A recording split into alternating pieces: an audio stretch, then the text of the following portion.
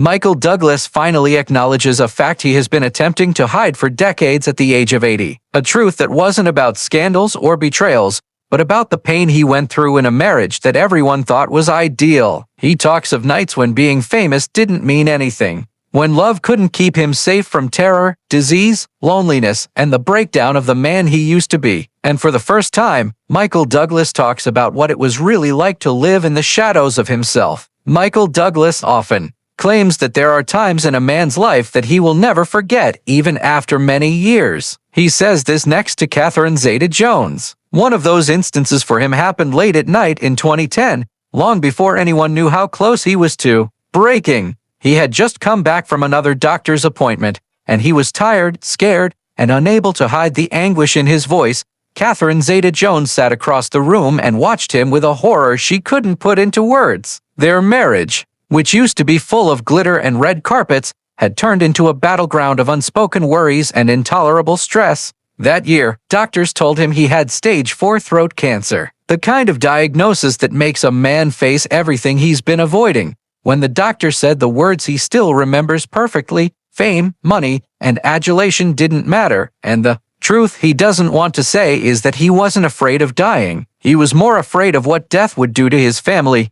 Catherine had already been pursued by tabloids for years, attacked for her marriage, and scrutinized every time she strayed outside of the environment that was expected of her. Now she had to deal with something no wife is ready for, the chance that her husband may die right when their kids needed him the most. Their dwelling got colder when the doors were closed, not because love faded, but because they were both in a lot of agony in separate ways. Michael fought to stay alive, and Catherine fought to keep herself together as her bipolar condition came back with full force. On some days, she sat with him for hours, whispering that they will get through this. Some days she would shut herself in a room with a locked door because she couldn't stand seeing him get weaker and weaker. Michael discovered something he never thought he would on those nights, that the actual tragedies of a marriage aren't large, dramatic outbursts. Those are the quiet hours when two individuals who love each other can't help each other anymore. Michael Douglas had already started to experience the slow breakdown that happens when two individuals live with too many expectations for any marriage even before illness came into their lives. From the outside, he and Catherine Zeta-Jones looked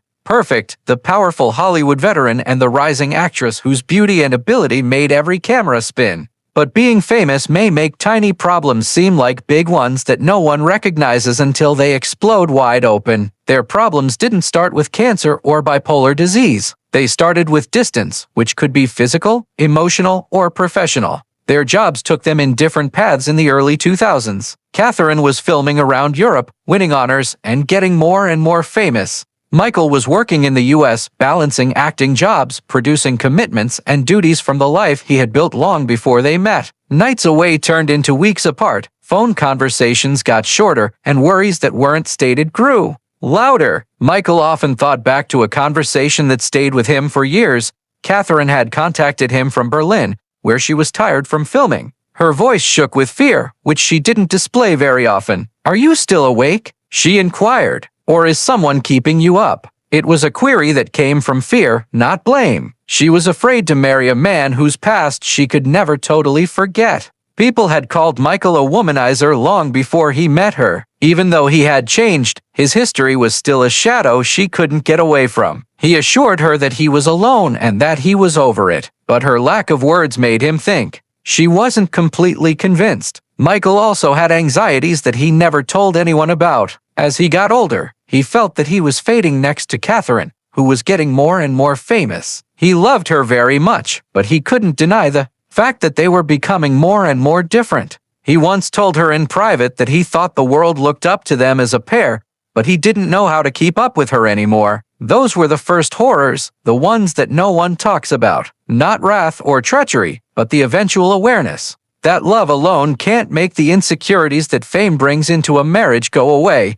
Michael Douglas had learned to ignore pain by the time 2009 came around. He blamed his sore throat, constant pain, and tiredness on long travels and staying up late. But when the doctor eventually told him he had stage 4 throat cancer, everything in his life fell apart. That moment marked the end of the marriage he had known and the beginning of the marriage that would test every part of who he was. He remembers coming home after hearing the news and seeing Catherine Zeta-Jones playing with their kids in the yard. He didn't know that the world they had made together had already changed. He stood there, trying to remember what he saw. There, laughter, Dylan calling for his sister, and the warm light of late afternoon made him feel good because he didn't know whether he would ever see that again. It was one of the toughest things he ever had to do to tell Catherine. She stopped moving and cried, but not because she was afraid of becoming a widow. She was afraid of the pressure she would have to deal with, the press, the rumors, and the expectations of being the strong wife. She had already fought her own storms, like the bipolar disorder that was hiding under the surface,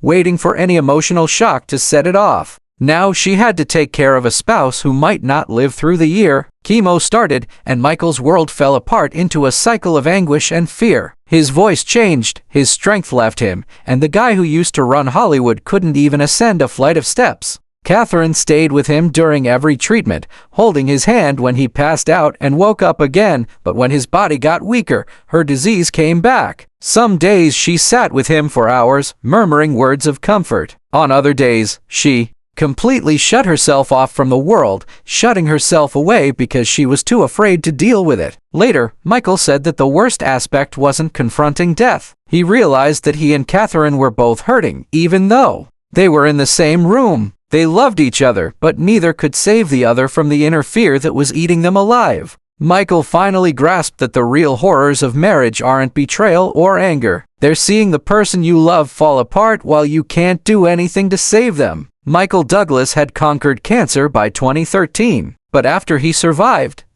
people thought love had won over illness when they saw him and Catherine Zeta-Jones walking red carpets again and smiling for the cameras. But when they were alone, the quiet between them was worse than any fight. Catherine's bipolar disorder got worse while he was getting treatment, and Michael fell into a severe despair when he got well that he tried to mask via interviews and public appearances. Even though they lived together, their feelings were going in opposing directions. Nights that were once full of whispered promises were now quiet. Both of them lay awake, peering into the dark, wondering what had happened to the relationship they used to hold on to. It happened quietly at the breaking point. Michael came home one night in August 2013 to discover Catherine packing a bag. She didn't yell, point fingers, or blame anyone. She just stated she needed to take a breath. She told him the truth when he asked when she would be back. If there was still something to say, the headlines went crazy. Michael Douglas and Catherine Zeta-Jones have broken up after 13 years. But the real tale was worse than anything you could read in a tabloid. Michael walked around his empty New York apartment like a ghost for months, not knowing if he had let her down or if the storms they tried to withstand together had killed them both. Catherine took their kids to Bermuda to get away from it all and try to get her emotional strength back while keeping Dylan and Karis safe from the families falling apart. Michael later said that the breakup didn't hurt him. It made him clearer. It made him face the part of himself that he had been avoiding for years. A man who had spent more time attempting to look tough than letting others love him the right way. It showed the harsh truth that love doesn't always go away. It just gets too heavy to carry. And this time, for the first time without Catherine by his side, he asked himself the question that had scared him for years. Was he the cause of her pain, or was he just another victim of it? Michael Douglas had to go through an emotional exile that he had never been through before when he was separated from his wife for months in 2013. Hollywood had always cast him in parts where he was in charge.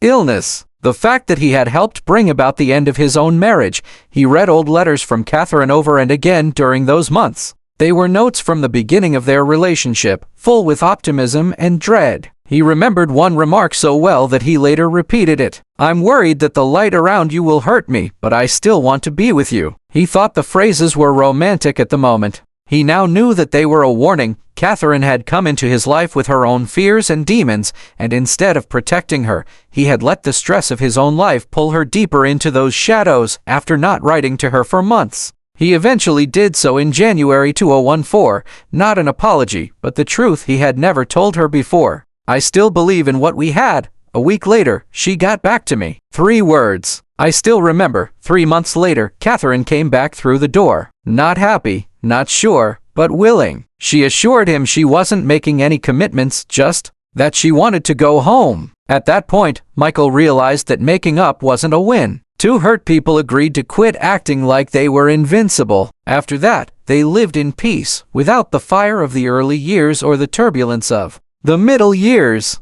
They did modest things together instead. Coffee in the morning, taking care of the garden, and talking about their kids without worrying about getting into a disagreement. It wasn't flashy, and it wasn't like the Hollywood romance publications attempted to peddle, but it was real. And as Michael watched Catherine glide around their house, so graceful even after the storm she had experienced, he recognized the most agonizing truth. He loved her a lot, but not in the manner she needed him to. When Michael Douglas turned 80, the storms had passed, the scandals had died down, and the cameras no longer chased him with the same hunger. What was left was something much more real. Two people who had been through a lot together, illness, fame, and the versions of themselves they used to try to hide. Catherine Zeta-Jones was no longer the Hollywood star he met in 1998. She was 56 years old. She had gotten through her own breakdowns, learned how to deal with her bipolar disease, rebuilt her sense of self, and gotten back to work on projects like Wednesday. At the same time, Michael had learned to quit pretending he was still the indestructible leading man. Their house was peaceful for the first time in decades. Dylan and Karis had been living on their own since 2021, so the pair had to relearn what it was like to wake up without the noise of kids, tutors, and schedules telling them what to do. Michael said he was scared of this stage. He was afraid that when he looked across the table at Catherine, he would see that they had nothing left. But the reverse happened. They sold their Irvington mansion for $12 million and spent time in Bermuda and Europe. After 20 years of dealing with problems, they found themselves smiling more, talking more, and having a strange new friendship. Michael has hinted at the reality he used to hide in interviews. Catherine herself was never the actual misery of marriage. The worst things were the sicknesses they had, the stress of being famous, the heavy burden of public expectations, the fear of becoming older next to someone who was becoming famous, and the emotional scars they both caused without meaning to. He said that silence, not betrayal, was the worst thing that could happen to their relationship. Not talking while he was sick, not talking while she was upset. There was silence throughout the years when they were both too tired to beg for aid. Michael finally said the words he had been afraid to say for 80 years. I was strong for too long. Maybe we wouldn't have had to go through so much pain if I had been honest sooner. Then he said something else that was much more surprising, that Catherine never left him. She stayed even though she had every reason to go, even when he turned into someone he hardly knew. Because love isn't what occurs on red carpets, as he says now. Love is the person who comes back into your life after they've already left. Michael Douglas says he finally gets what real love costs after everything they went through. What do you believe helped their marriage last through so many hard times? Please leave a comment with your comments below. And remember to like and subscribe to hear more stories from Hollywood that you haven't heard before.